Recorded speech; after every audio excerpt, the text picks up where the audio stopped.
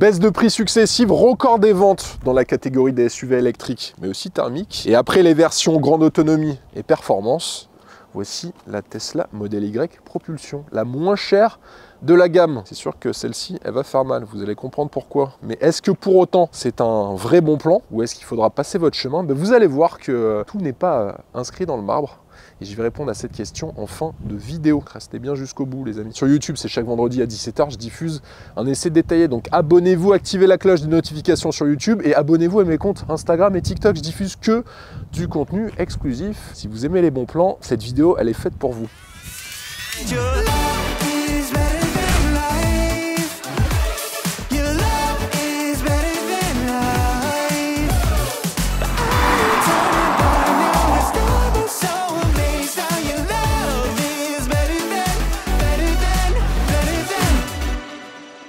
Baisse de prix successive donc ces derniers mois, vous avez pu le constater, on en a beaucoup entendu parler dans les médias. Alors ça bénéficie bien évidemment et logiquement sur le montant pour un achat comptant, mais ça bénéficie aussi si vous optez pour de la location longue durée. Et par exemple le modèle Y Propulsion sur 36 mois en location longue durée avec 45 000 km, soit 15 000 km par an, sans apport, avec l'entretien et la garantie perte financière inclus. Il sort pour les professionnels et professions libérales 619 € par mois. Et pour les particuliers, je crois que c'est une des premières fois où le montant des particuliers est inférieur à celui des pros. Écoutez bien, 579 € par mois. Ça, c'est bien sûr dû au fait que le bonus écologique pour les particuliers est plus élevé que pour les pros. 579 € par mois. À l'heure où je vous parle, j'ai été sollicité par plein de partenaires pour faire justement une vidéo dans laquelle je mets en avant une offre en location longue durée. C'est l'offre la moins chère que j'ai trouvée sur le marché. Il y a peut-être des offres moins chères qui sont off-market, sur lesquelles il n'y a eu aucune communication. En tout cas, à l'heure où je vous parle, c'est la moins chère et c'est pour ça que je vous ai fait cette vidéo. Donc 619 pour les pros, 579 € sans apport pour les particuliers. Si vous souhaitez bénéficier de l'offre, je vous ai mis un lien en dessous de la vidéo, vous avez juste à cliquer sur le lien, vous remplissez le formulaire, faites-le correctement, c'est vraiment super important pour être recontacté et vous serez recontacté très rapidement. Il faut savoir aussi une chose, c'est que va sans doute y avoir en 2024 une évolution dans l'attribution des bonus écologiques. Je vous explique pourquoi. En France, en 2024, ils souhaitent adapter l'attribution du bonus écologique en fonction de l'impact environnemental de la production de la voiture. Il faut savoir que la Model Y, elle est produite en partie en Chine. Elle est aussi produite dans l'usine de Berlin en Europe. Et donc forcément, il va peut-être disparaître ce bonus écologique. Pour l'instant, on n'en a pas la confirmation, mais il va peut-être disparaître en 2024 et dans les années suivantes. Donc en gros, pour en bénéficier, il faudra acheter la voiture ou opter pour une location longue durée en 2023, assez logiquement. Autre point important, c'est que c'est une voiture, si vous optez pour un achat comptant, il faudra prendre en compte le fait qu'aujourd'hui, c'est une voiture qui est très vendue en France et dans le reste de l'Europe. Et du coup, dans 3 ans, il y aura une valeur résiduelle qui sera incertaine. Donc pour vous la faire simple, vous achetez ce véhicule en 2023, peut-être que dans 3 ans, il aura une valeur extrêmement faible puisqu'il y aura beaucoup d'offres. En revanche, si vous optez pour une location longue durée, là c'est contractuel, vous avez un prix que vous payez tous les mois et donc forcément il ne va pas moduler, même si dans 2 ans ou 3 ans, jusqu'à la fin du contrat du moins, il y a une offre qui est abondante et que la valeur résiduelle de la voiture a baissé. Donc forcément la location longue durée, je vous la conseillerais plus sur un véhicule qui enregistre des ventes records en France et dans le reste de l'Europe. Il y a aussi une chose à prendre en compte, c'est que dans 3 ans, il y aura une évolution des autonomies, des technologies des moteurs électriques chez Tesla. Et donc, il y a fort à parier que dans 3 ans, une Tesla Model Y, elle ait une autonomie beaucoup plus élevée qu'une version 2023. Et pour les entreprises, il faut savoir qu'une Tesla Model Y Propulsion, elle revient moins cher qu'une berline ou une compacte milieu de gamme thermique. Je vous explique pourquoi. Alors déjà, pas de malus écologique à payer, pas de taxes sur les véhicules de société, vous avez 50% de réduction de l'avantage en nature qu'il faut déclarer obligatoirement sur une voiture de société. Il y a aussi la possibilité de déduire quasi l'intégralité de vos loyers sur votre résultat imposable. Donc ça va vous permettre de diminuer votre montant d'impôt sur les sociétés. Donc ça, c'est quand même à prendre en compte. Pas de dépenses élevées en carburant, c'est de l'électricité, on n'est pas sur du diesel ou de l'essence. Donc en gros, pour un budget de 619 € par mois sans apport, vous avez quand même un SUV hyper logeable, beaucoup de technologie, des bonnes performances, vous allez voir d'ici quelques instants. Est-ce que pour autant c'est la meilleure offre du marché? Ça vous verrez d'ici quelques minutes en fin de vidéo. Mais si ça vous intéresse, l'offre est attractive à ce prix-là, je vous invite à le vérifier. Cliquez sur le lien en dessous de la vidéo. les amis, et remplissez ce fameux formulaire. Sur la partie extérieure, on va commencer par l'avant. C'est assez simple. De toute façon, sur l'extérieur du véhicule, à part l'absence de feu anti-brouillard sur la version propulsion, elle est exactement pareille que les versions grande autonomie et performance.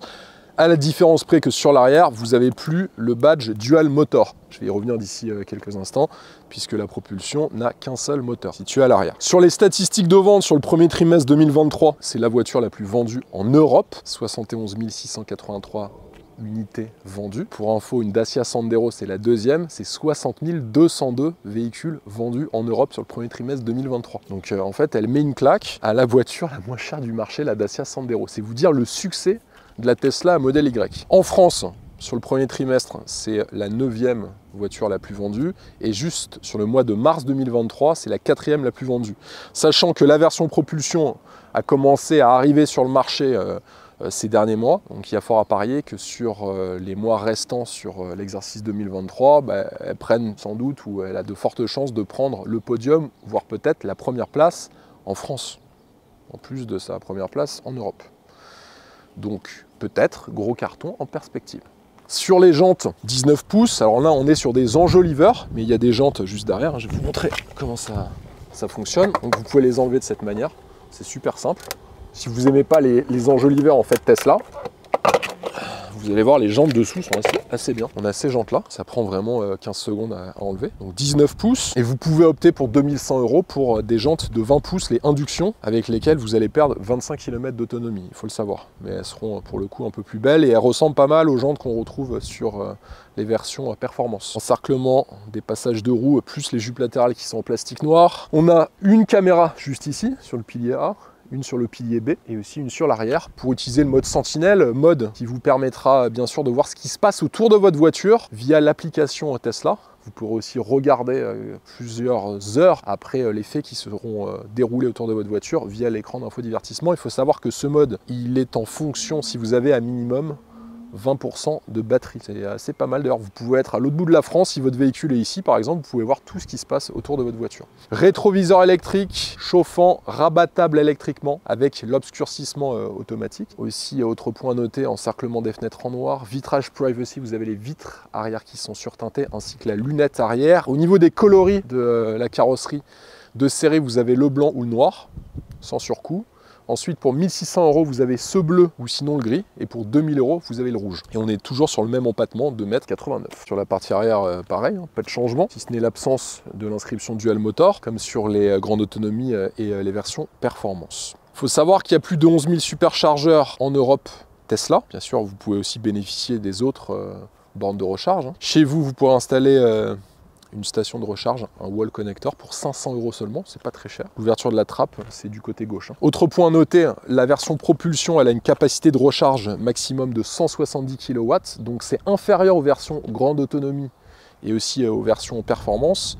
Mais vous pourrez recharger toute la batterie dans un temps à peu près similaire. Pourquoi? Parce que la batterie est plus petite que sur les versions grande autonomie et performance. Donc on va dire en 20 minutes à peu près, vous pouvez recharger plusieurs centaines de kilomètres sans aucun souci. Autre point à noter, alors vous pourrez ajouter en accessoire pour 1350 € un crochet d'attelage qui vous permettra de tracter jusqu'à 1,7 tonne, ce qui est plutôt pas mal pour ceux qui veulent mettre une remorque avec des bagages ou encore des vélos. Sur le coffre, 2158 litres, si vous profitez non seulement du coffre avant, 117 litres, plus de toute la place à l'arrière avec la banquette arrière rabattue.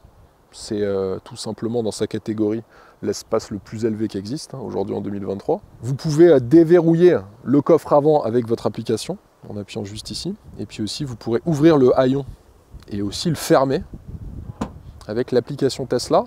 Aussi vous pourrez le faire manuellement ou aussi à partir de l'infodivertissement. Donc pas moins de 3 possibilités. Bien sûr sous le plancher du coffre on a toujours un espace colossal pour ranger vos câbles et vos prises de recharge. Des espaces aussi à droite et à gauche, et puis on a un couvre-bagages juste ici, bien pratique, et toujours pareil, pour fermer, on peut le faire avec son application. 1909 kg sur la balance, qui est plus que correct pour un SUV 100% électrique de cette taille, puisque là on se rapproche de valeurs de SUV 100% thermique. Comme quoi, avec de l'électrique, on peut avoir des poids contenus. Je vous parle souvent de SUV électrique à plus de 2 tonnes 2, 2 tonnes 3. Bon bah là, 1 tonne 9. Correct. Sur le moteur, un seul moteur situé sur l'arrière, moteur synchrone à aimant permanent de 300 chevaux. J'ai pas trouvé de valeur de coupe et même Tesla a pas pu m'en transmettre. Dommage, mais en puissance, c'est environ 300 chevaux. 0 à 100 km/h, 6 secondes 9, pas mal, 6 secondes 9. Et vitesse max, 217 km/h. Autonomie, 455 km en WLTP avec les jantes de 19 pouces et avec les jantes de 20 pouces. Là, on sera à 430 km, c'est 25 km de moins. Pour le prix, 45 990 € en base. Et si vous souhaitez bénéficier du bonus écologique, il faudra rester sous la barre des 47 000 €. Donc là, vous ne pourrez pas rajouter des options sur la voiture, malheureusement. Si vous rajoutez, par exemple, la peinture à 1 600 €, vous allez dépasser les 47 000 €. Donc là, plus de bonus. Le bonus pour les particuliers, c'est 5 000 €. Donc la voiture passe de 45 990 € à 40 990 €. Et pour les professionnels, c'est 3 000 €. Et il n'y a pas d'émission de CO2, donc vous n'avez pas de malus écologique à payer. Et enfin, dernier point et non des moindres, garantie 4 ans ou 80 000 km. Ça, c'est toujours bon à prendre. À l'intérieur, on a un cuir vegan. 3 places pour le coup qui peuvent accueillir 3 adultes puisqu'on a un plancher plat, une place assez conséquente au niveau de la garde-toit. On a un très grand toit panoramique qui ne s'ouvre pas, je tiens à le préciser, qui peut résister à un poids colossal à près de 2 éléphants d'Afrique, c'est ce qui est indiqué par Tesla. On a aussi un traitement infrarouge et UV. Vous pouvez le voir, on est en plein soleil et à l'intérieur, il n'y a vraiment aucun problème de luminosité omniprésente. C'est plutôt bien vu. On a tout le ciel de toit qui est en gris clair. La banquette arrière, elle est rabattable en 40-20-40. On a un accoudoir central avec 2 porte-gobelets, juste ici. Des bus d'aération qui sont orientables. 2 prises USB-C sont disponibles, poche aumônière, les sièges arrière sont chauffants, ça c'est vraiment bien, vous pouvez tout contrôler à partir du système d'info, divertissement, et vous pouvez le voir, je fais 1m88, je vous le rappelle, à l'arrière, là je me tiens droit, j'ai réglé le siège avant pour ma taille, vous voyez, on peut facilement mettre 5 personnes alors peut-être pas au centre, mais sur les côtés, à l'arrière, de 1m90, vous en mettez 4 de 1m90 et un enfant ou une personne un peu plus petite, sans aucun souci, et même au centre, je vous montre quand même pour la bonne forme, regardez, ils ont ici un petit emplacement pour mettre vos pieds, ça c'est rare, souvent on a les pieds qui sont contenus de cette manière, et là on peut vraiment mettre ses pieds au centre. Donc bien évidemment, vous mettez 3 Golgoth à l'arrière, ça va être un peu compliqué, vous pouvez vous en rendre compte avec mon gabarit. Autre point, on a un puits de lumière complémentaire avec ses vitres de custode sur l'arrière. Entre ça, plus le toit panoramique, bon, niveau luminosité, on est vraiment servi. Les qualités sont en nette amélioration par rapport, alors non pas aux premières générations de Tesla Model Y, mais par rapport aux premières Model S ou même Model 3. Les assemblages sont de meilleure facture, même les surpiqûres. On le voit sur piqûre, il y a un travail qui a été fait, elles sont maintenant super rectilignes, il n'y a plus d'écartement ou d'espacement anormaux comme sur les précédentes. Les contreportes sont super épurées, avec de la feutrine même juste ici. On a du plastique moussé, et puis pour ouvrir vos portières, ça se fera avec cette commande qui est juste ici. Et il n'y a pas de montant qui contourne les vitres à l'arrière.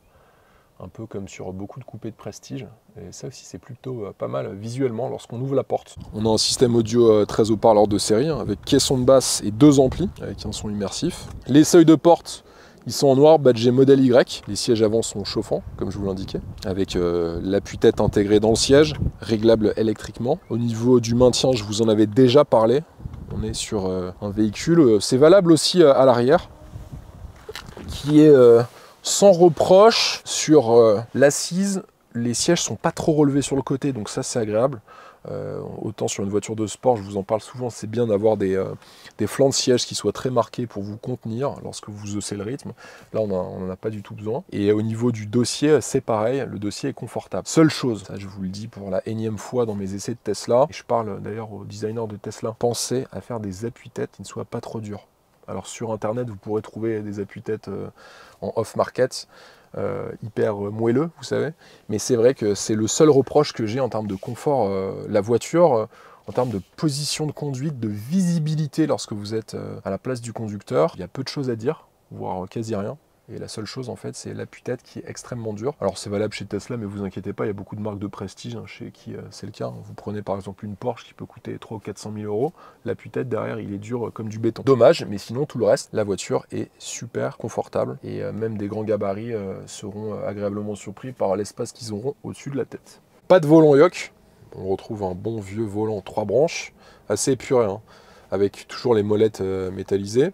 Il est chauffant de série, réglable électriquement en hauteur et en profondeur. Et la boîte de vitesse, elle est au volant avec le Komodo à Mercedes. On n'est pas sur le système de boîte de vitesse qu'on retrouve dans la Tesla Model S Plaid par exemple, avec des commandes sur la console centrale et aussi via l'écran d'infodivertissement. Des pare-soleil aimantés, toujours présents. Il n'y a pas d'affichage tête haute, ni de compteur, donc on est systématiquement obligé de dévier le regard. Mais comme la vitesse et l'indication de rapport engagé sont situés vraiment dans l'axe gauche de l'écran, on s'y habitue rapidement et au final c'est pas trop dérangeant. Il y a des inserts décoratifs qui sont en bois avec la sellerie noire, ils sont blancs avec la sellerie blanche, faut le savoir. Dans la boîte à gants vous avez une prise USB avec un dispositif de stockage de 128 Go qui est inclus pour le mode Sentinelle et avec la caméra embarquée. L'écran d'infodivertissement central il fait 15 pouces, tactile bien sûr, toujours hyper réactif hein, comme sur toutes les Tesla. Vous pouvez sur la climatisation régler le flux d'air de manière extrêmement précise. Juste ici, vous pourrez aussi activer le chauffage du volant, activer le chauffage des sièges à l'avant et aussi à l'arrière de cette manière. Et vous avez 3 intensités de chauffage, ça c'est plutôt bon à savoir et surtout c'est très pratique pour tous les occupants. On retrouve le mode chien, bien sûr, vous pourrez mettre votre chien dans la voiture pendant que vous faites les courses et il y aura une température avec la climatisation pendant l'été ou sinon le chauffage pendant l'hiver qui lui permettra de rester tranquillement installé dans le véhicule. Et il y a même un mode camping qui est disponible et le mode maintien bien sûr est toujours là. Parmi les nouveautés dans la dernière mise à jour, alors déjà la taille du texte, donc là maintenant ça améliore l'interface, donc si vous souhaitez par exemple avoir des polices de caractères qui soient plus élevées parce que vous aimez avoir une très bonne lisibilité dans l'écran d'infodivertissement, c'est maintenant possible. Vous pouvez rechercher des contrôles dans l'interface, ça c'est très pratique parce qu'il y a un menu qui est facile mais complet et plutôt très exhaustif en termes de commandes. Donc là vous pourrez rechercher les contrôles comme vous faites une recherche dans Google. Les points d'intérêt, ça ressemble à ce que vous avez maintenant dans Google. Je vais vous faire un exemple. Par exemple, je vais prendre ça. Vous avez là une salle de sport avec un superchargeur qui est juste à côté. Vous avez même les photos, les heures d'affluence. Vous avez le contrôle des appels, la personnalisation de la molette et le signal sonore au changement de rapport. Ça ne sert pas à grand chose, mais en tout cas, ça c'est nouveau. Vous avez aussi comme évolution la reconnaissance vocale améliorée, mais surtout maintenant, vous pouvez faire vos réunions Zoom. Alors si vous êtes à l'arrêt, vous allez avoir bien sûr l'audio et la vidéo qui vont fonctionner. Et lorsque vous allez rouler, la vidéo va se désactiver et vous aurez que la version sonore de l'application Zoom. Ça, c'est plutôt pas mal. Amélioration de l'autopilote. Et puis, il y a des nouvelles langues qui sont prises en charge. Et on a une amélioration du mode Sentinelle avec l'éclairage en mode Sentinelle. Ça, c'est plutôt pas mal. Et le volant chauffant qui est automatique. Donc, il y a des petites choses comme ça qui s'améliorent. Et ça bénéficie aux nouveaux modèles, mais aussi à ceux qui ont acheté un modèle Y l'année dernière et qui font la mise à jour automatique. Donc, vous pouvez aussi bénéficier de ça sur un modèle de 2022. Il y a 2 chargeurs à induction qui sont sous l'écran d'infodivertissement. Donc, vous pouvez mettre votre portable de cette manière. Et là, ça se met en charge automatiquement. Un compartiment de rangement qui est super profond, juste ici. 2 portes gobelets et un accoudoir central avec un grand rangement là aussi, une prise 12 volts.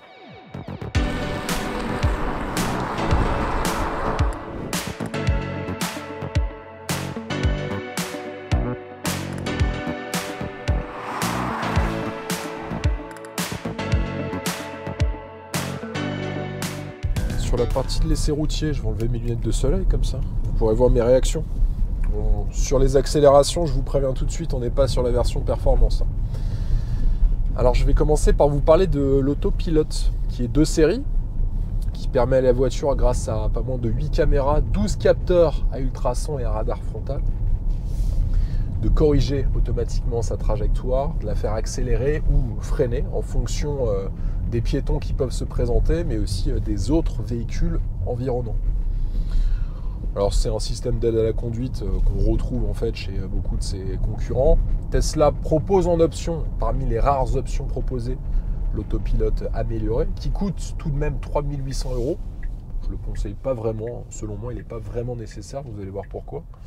Il comprend 3 équipements, dont la trajectoire automatique, c'est-à-dire le changement de trajectoire automatique, la sortie automatique intelligente, et aussi le parking automatique. Bon, je ne sais pas si ça sert vraiment beaucoup. La seule qui est pas mal parmi ces options, je trouve, c'est le fait de pouvoir changer de voie automatiquement lorsque vous êtes sur autoroute. Est-ce que c'est un gadget? Certains diront que oui, d'autres que non. Moi, je trouve ça plutôt sécurisant. Et enfin, vous avez une option qui est très chère, qui est la plus chère d'ailleurs sur une Tesla Model Y, qui est la capacité de conduite autonome. Là, on est à 7500 €. Et ça vous permettra, le jour où la conduite autonome sera permise, c'est-à-dire celle de niveau 5, la plus haute, où vous pourrez normalement être assis derrière et puis rentrer chez vous alors que vous n'êtes pas en état de conduire. Mais ça, aujourd'hui, en Europe, du moins en France, on est limité à la capacité de conduite autonome de niveau 2. Donc en gros, vous mettez 7500 €, ça ne va pas vous apporter grand-chose.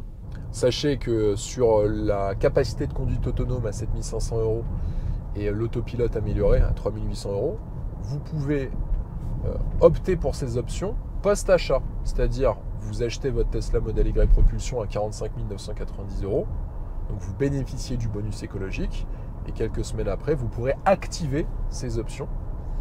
Donc comme ça, vous paierez le prix de ces options, mais vous continuerez à bénéficier de ce bonus écologique. Ça, c'est plutôt bon à savoir.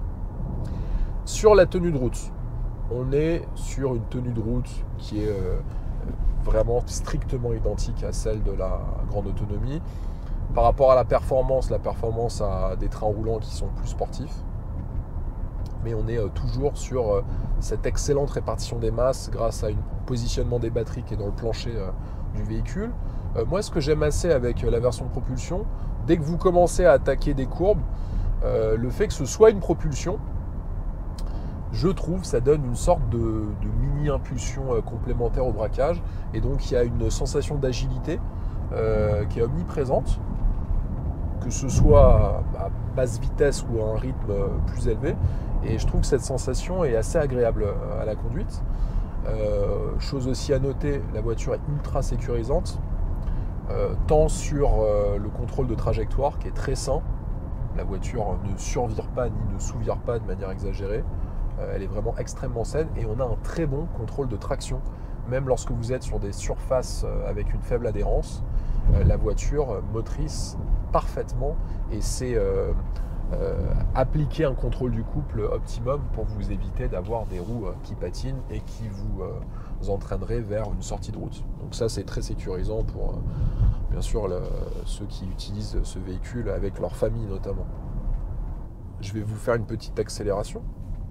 Donc là, je suis avec le mode standard, il n'y a pas de mode sport, il y a confort au standard et je vais accélérer à fond. Vous pouvez voir ma nuque, elle n'est pas disloquée. Et là, je monte à 100 km/h en moins de 7 secondes, 6 secondes 9 exactement. Bien suffisant, selon moi, 217 km/h en vitesse de pointe. Pour moi, c'est bien assez en fait. C'est bien assez pour une voiture avec une vocation familiale. C'est aussi pour ça que cette version se vend beaucoup, parce qu'on n'a pas besoin d'une version performance lorsqu'on transporte ses enfants dans la voiture, qui fait de 0 à 100 en 3 secondes 7. 6 secondes 9, c'est amplement suffisant pour éviter notamment qu'il soit malade en voiture. Ce qui est bien, je trouve, chez Tesla, c'est que vous achetiez l'entrée de gamme de la Model Y ou la performance, en fait, vous avez la même voiture. Si ce n'est des jantes qui sont différentes et un moteur différent, mais quelqu'un qui ne s'y connaît pas trop en voiture ne va pas voir la différence entre la version de base et la version la plus haut de gamme. Donc on bénéficie d'une voiture très cossue, bien finie, bien équipée, avec un réseau de recharge ultra performant. Ça, je vous en avais parlé dans de nombreuses vidéos d'essais de Tesla. Mais c'est aussi, et toujours en 2023, un des points de différenciation et un des gros avantages par rapport à la concurrence, c'est le réseau de recharge. Le freinage est assez mordant, puisqu'on a un poids de contenu pour une voiture 100% électrique, 1,9 tonne à vide. Alors c'est beaucoup, 1,9 tonne, mais si je la compare à certaines de ses concurrentes, le poids est plutôt contenu. Bon, et pour finir sur la partie de l'essai routier, là aussi où Tesla fait attention, vous savez que dans les voitures électriques, on fait très attention au bruit aérodynamique, puisqu'il n'y a pas de bruit de moteur thermique, donc on est beaucoup plus attentif, très logiquement, au bruit de roulement, etc., à tout ce qui se passe. Donc ils ont mis des doubles vitrages à l'avant et de meilleurs insonorisants dans le véhicule. Et ça se ressent, même lorsque vous roulez sur des chaussées dégradées, comme les routes sur lesquelles je suis en train d'évoluer. On n'a pas cette sensation sonore désagréable qu'on peut trouver dans certaines voitures électriques, à savoir des bruits parasites omniprésents. Là, c'est vraiment pas le cas dans cette modèle Y. Et ça, c'est plutôt agréable pour le conducteur, mais aussi pour les passagers du véhicule.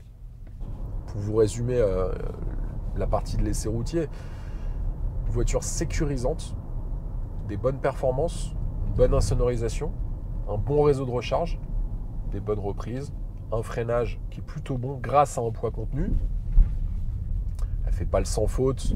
C'est difficile de dire qu'un SUV 100% électrique fait un sans faute, mais il faudrait un peu tourner si vous voulez, je vais un peu nuancer mes propos. Par rapport à la vocation du véhicule, elle remplit beaucoup de cases. C'est pas une voiture sportive, c'est pas la plus grande habitabilité que vous trouverez dans un véhicule, c'est pas le meilleur freinage que vous trouverez dans un véhicule, mais rappelons-nous que c'est un SUV familial. Et je dirais que dans sa catégorie, et par rapport à cette vocation à laquelle elle prétend, je trouve qu'elle fait super bien le boulot. Dites-moi en commentaire ce que vous en pensez sur la partie de l'essai routier, pour ceux qui ont déjà conduit cette voiture ou qui en sont propriétaires. Mais je trouve que ses qualités expliquent en partie son succès commercial.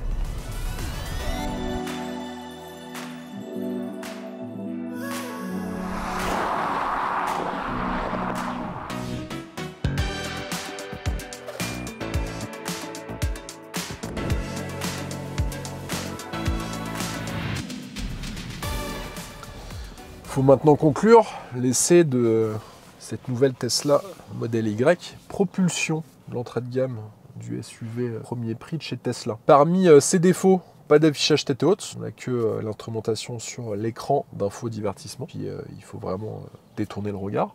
Dommage. On a l'impossibilité d'ajouter des options si vous souhaitez conserver le bonus écologique et des performances qui sont un petit peu en retrait, même très en retrait par rapport à la grande autonomie et aussi à la version haut de gamme, la performance. Parmi ces qualités, une habitabilité gigantesque, on dépasse les 2100 litres entre le coffre avant et la banquette arrière rabattue et le coffre, c'est quand même colossal. On a un rapport prix-équipement qui est excellent, et puis des tarifs aussi bien en achat comptant mais surtout en location longue durée qui sont très attractifs. Je vous rappelle, 579 € par mois sans apport pour les particuliers et 619 € par mois pour les entreprises, les professionnels et les professions libérales. Vous avez juste à cliquer sur le lien que je vous mets en description de la vidéo si vous souhaitez en bénéficier, les amis. Pour répondre à la question que je vous ai posée en début de vidéo, est-ce que c'est un bon plan en 2023 par rapport aux concurrents? Alors pour répondre à cette question, il y a plusieurs critères à prendre en compte. Le premier, c'est le design. Alors sur le design, je vous en ai déjà parlé. Moi, c'est pas mon SUV 100% électrique préféré.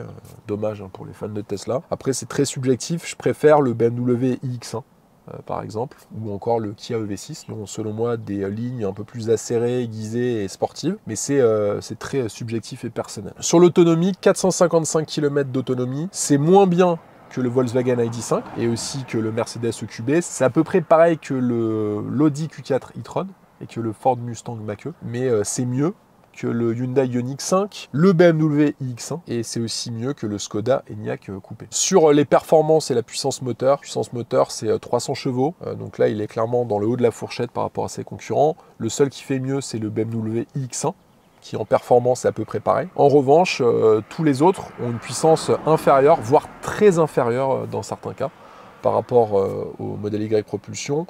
Et sur le 0 à 100, l'exercice du 0 à 100 km/h en accélération, c'est quasi équivalent à un BMW iX1, donc il est clairement dans le haut de la fourchette. Sur les équipements de série, mais de toute façon il n'y a quasi aucune option.